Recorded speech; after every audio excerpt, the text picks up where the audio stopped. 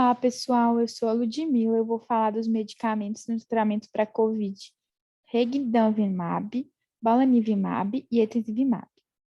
Esse é um trabalho apresentado para a disciplina de Terapêutica Médica 1 e os integrantes do grupo são Letícia Dias, Ludmila Andrade, Lucas Romanoli e Marcela Sampaio. Bom, primeiramente falando da farmacocinética do Regidamumab, é um medicamento que pertence ao grupo farmacológico de antivirais de uso sistêmico, e a substância consiste em anticorpos monoclonais que agem em um local específico do antígeno, denominado epítopo, que é o IgG humano recombinante. O mecanismo de ação desse fármaco é por ligação desse medicamento ao receptor RBD da proteína spike, que é associada à entrada do patógeno nas células humanas. Quando ele ocupa o sítio de ligação, ele vai inibir a interação entre a proteína viral e o receptor celular, que está associado à enzima conversora de angiotensina 2, o que vai bloquear a entrada do vírus na célula e bloquear a infecção.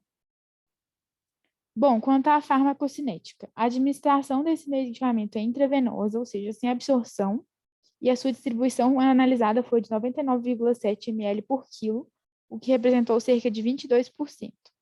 As vias de eliminação na bula disponibilizada pela Celtion Healthcare não caracterizaram as vias de eliminação dessa substância, e a meia-vida anotada foi de 16 a 22 dias. Agora falando da combinação Bamlanivimab e Etesivimab, a farmacodinâmica deles. Eles consistem em anticorpos monoclonais de imunoglobulina G1 humana, que são derivados do IgG1, e vão se diferir quanto ao número de aminoácidos que compõem as cadeias polipeptídicas que os constituem. Esses anticorpos eles vão bloquear a proteína spike do SARS-CoV-2, impedindo a entrada do vírus na célula, de forma bem semelhante ao que o Regidamumab faz, por bloqueio de receptor da enzima conversora de angiotensina 2. Eles se ligam em sítios diferentes, porém no domínio do receptor RBD também. Bom, ambos medicamentos serão administrados por via intravenosa, sem absorção, e a absorção do Bamlanivimab foi de aproximadamente 23%, enquanto a do Etesivimab foi de quase 28%. O metabolismo deles é por via catabólicas, ocorre uma degradação em pequenos peptídeos e aminoácidos, de maneira bem similar ao que ocorre com os IgGs endógenos. A eliminação descrita foi renal e a meia-vida foi o Bamlanivimab de cerca de 17 dias e o Etesivimab cerca de 25 dias. Bom, agora os estudos que a gente trouxe em relação ao COVID. O principal estudo analisado para o Regidamumab foi o CT-P59.3.2, que foi um ensaio clínico randomizado, duplo cego e controlado por placebo. Foram recrutados 1.315 doentes que apresentaram sintomas para COVID e não foram hospitalizados. Ele mostrou que o Regidamumab levou a um menor número de doentes que necessitaram de hospitalização ou de terapêutica com oxigênio, e também a um menor número dos que morreram em comparação com o placebo.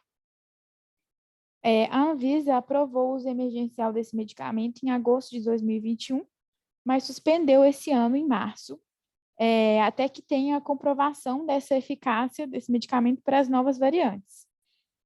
Em novembro de 2021, ele recebeu autorização para introdução no mercado pela European Medicines Agency, EMA, que é válida para toda a União Europeia. Além disso, foram evidenciados também autorizações nos estudos de Pervan 2021 e Furusawa 2022. Quanto ao Bamlanivimab com Etesivimab, no estudo de Zhu et al. 2022, o Bamlanivimab foi associado a uma menor hospitalização e um melhor desfecho, né, em relação à mortalidade.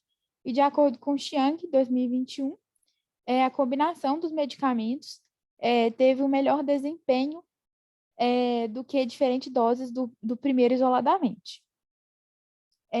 a ação deles. Como a infecção do SARS-CoV-2 é mediada por interação entre o pico viral e receptores de ACE2, esses medicamentos foram observados como bloqueadores da interação entre esse pico e os receptores.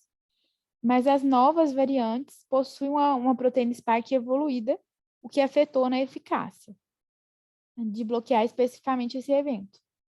Quanto à Anvisa, ela aprovou o uso em maio de 2021, mas essa autorização foi revogada em fevereiro de 2022, haja vista a falta de interesse da empresa fornecedora em comprovar a eficácia desses medicamentos em relação às novas variantes, principalmente a Ômicron.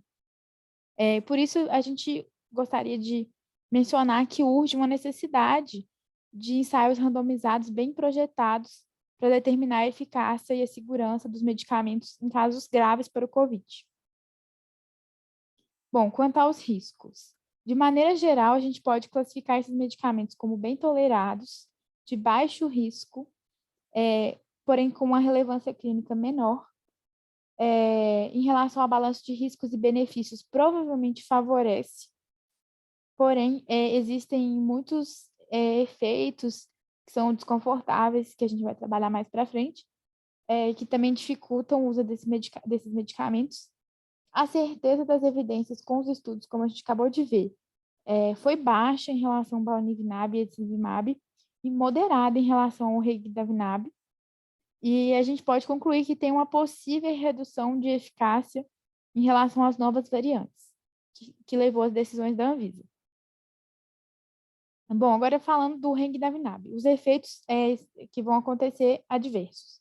Febre, dificuldade para respirar, saturação reduzida, calafrios, fadiga, arritmia, dor ou desconforto no peito, fraqueza, estado mental alterado, náusea, dor de cabeça, broncoespasmo, hipotensão, hipertensão, angioedema, irritação da garganta, erupção cutânea, incluindo urticária, prurido, mialgia, reações vasovagais, tonturas e sudorese.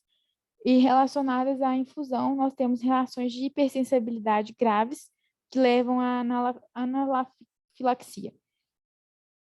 Bom, em relação à combinação bamlanivimab e etesevimab, os efeitos de piora clínica são pirexia, hipóxia, ou aumento na dificuldade de respirar, arritmia, fadiga, alteração no nível de consciência.